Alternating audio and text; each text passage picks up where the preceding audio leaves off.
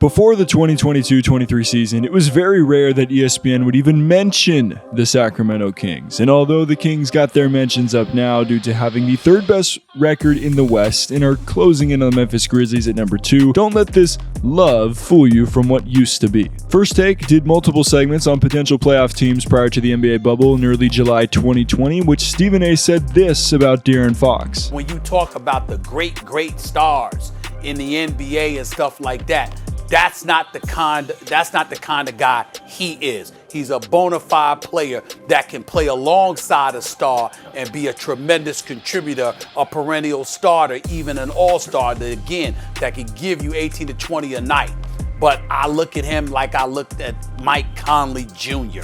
I don't see that dude, I just don't see that. Then near the end of December 2020, prior to the start of the 2020-21 season, Amin El-Hassan made this infamous statement on The Jump. The kind of young man you want on your team. He's who De'Aaron Fox thinks he is. Amin El-Hassan. Why you gotta be like that? Fast forward to today and... how the turntables... De'Aaron Fox is the most clutch player in the league by the numbers and has outdueled many top point guards in head-to-head matchups, including Ja Morant, since Amin's comments were made. We'll break down these performances in detail today and explore how Fox is getting it done with a go-to move that is deadly. Also, speaking of Amin, he was asked to give an update on his comments from a few years ago during the 2023 All-Star break. We'll look at what his response was as well. This is Topic Tackle. Let's go. What's good, people? JC3 here. Appreciate you tuning in once again. This is Topic Tackle. We dive deep into the basketball world here. We see through storylines and narratives to give you the perspective that the media doesn't venture to. So if you're tired of all the shallow analysis that's out there, you've come to the right place. If you want to be a deep diver, go ahead and hit subscribe and leave a like on this video. I greatly appreciate it. Let's go by the numbers here before we get into the basketball breakdown, okay? So at age 25, De'Aaron Fox is in his 6th season in the NBA and became a first-time All-Star. Through 55 games, he's averaging career highs in points with 25.4, field goal percentage at 51.5%, three-point percentage at 33.1%, and rebounds with 4.3 per game. He also dishes out 6.3 assists a night. Sure, these aren't the most eye-popping numbers considering that 6 players are averaging above 30 points per game, and 3 of them can be considered to be point guards. But what matters most is winning, and De'Aaron Fox has helped lead the Kings to a far better record than all these 3 guys' teams. And it's Fox's clutch stats that can be entered into the eye-popping category. According to 538, the NBA defines clutch time as any game time where there are 5 or fewer minutes remaining in the game and the scoring margin is within 5 points. An easy way to remember this definition is to look at this picture of Kobe. There you have it. Clutch time personified. And De'Aaron Fox has 100% shown the Mamba mentality when the game is on the line this season. In 28 of such games, he's led the Kings to a 17-11 record and has scored an NBA best 157 points on 57% from the field, 31.3% from 3, and has gone 30 of 35 from the free throw line with 17 assists to 10 turnovers. And there's no better game that this could have been seen in this season than his second matchup against the new-look Mavs and Kyrie Irving. De'Aaron scored 26 points in the fourth quarter in overtime and drained 12 straight free throws to end the game as the Kings took the W. This was one of the best duels of the entire NBA season. De'Aaron Fox starting it off with the step-through lefty scoop layup around Christian Wood. That's such a tough shot right there. Just admire the shot-making ability between these two guys. Now, this is a move that Fox does a lot. Gets downhill, goes to the Euro step floater. Then Kyrie comes back, hits him with the fadeaway jumper. That's tough. Level of difficulty, then hits a 3. But guess what? Fox is coming right back at him after that. 3-point lead was taken by Dallas. Going downhill, gets to his left, hangs in the air, and finishes. Man, he does not look big, but he's got strength. Do not let his frame fool you. And, of course, he's got speed. That's Swiper, the Fox right there, living up to his nickname. On the steal and slam on the break. That's just an athletic play. Like, seriously, that's tough right there. Then right here, the Kings like to run this high screen and roll Sabonis a lot. Fox gets the big backing up, goes between the legs, pull-up mid-range jump shot is his signature move. It's deadly. And there is that Euro step floater again.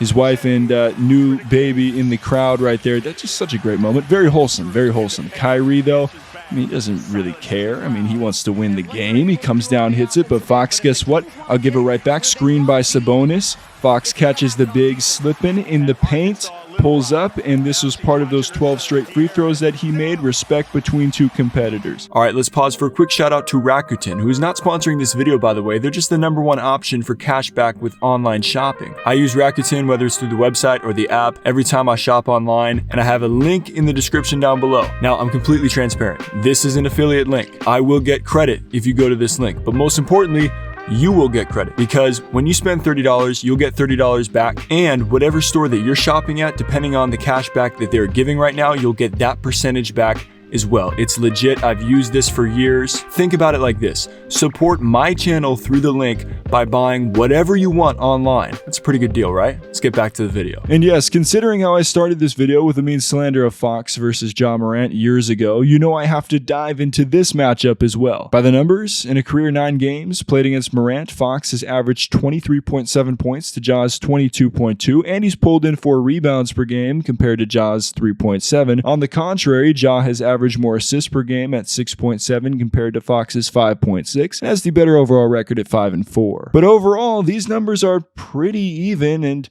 well, it makes Amin's statement age more and more poorly with time. And at the time it was made, De'Aaron Fox took it personally by responding, "Boy's a female dog, and everybody can tell him I said that." And I gotta think that this still fuels Fox to this day every time he plays against Morant, especially back in late November of 2022, near the beginning of the Kings' winning ways. De'Aaron Fox versus Ja Morant. Again, high screen. Look at this step back jumper at that left elbow from Fox. Quick move.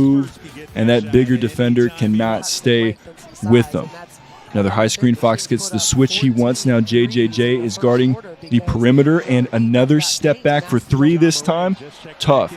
You know what Ja can do though?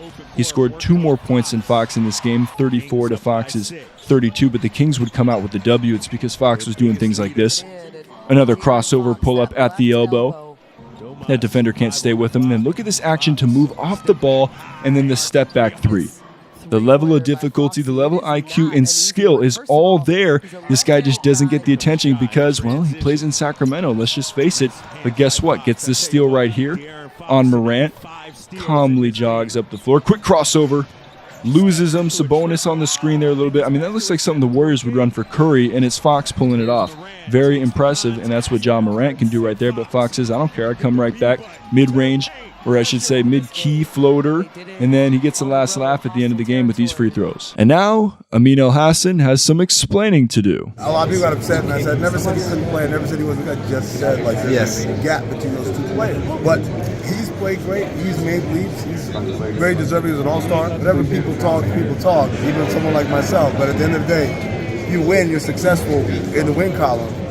That's the greatest validator, and that's the thing they can't take away from you. You know, having gone to many Kings games over the years and growing up with and around Kings fans, the same thing has repeated itself for as long as I can remember. Besides an MLS team, the Kings are all Sacktown really has, and every time they string together a few wins, the local media starts talking about the possibility of playoffs, and just like that, another losing season is in the books. But this season, I promised my friend, specifically Mark Robertson, you can look out for his comment down below, that I make a video on the Kings if they were still in playoff contention after the All-Star break, and here I am, delivering on that promise. Sacramento. This is for you! The Kings are officially legit for the first time since 05-06, and because I haven't said it yet, it's time to light the beam. Because this team is scared of no one. Was it thoughts about Westbrook, or was it thoughts about us? Because I don't give a who's over there. Yeah, we ain't worried about that. It doesn't matter. Man, we here. You see the league, the talent in this league. There are a lot of talented teams. Obviously, he added talent to this team, but we come in, we worry about us.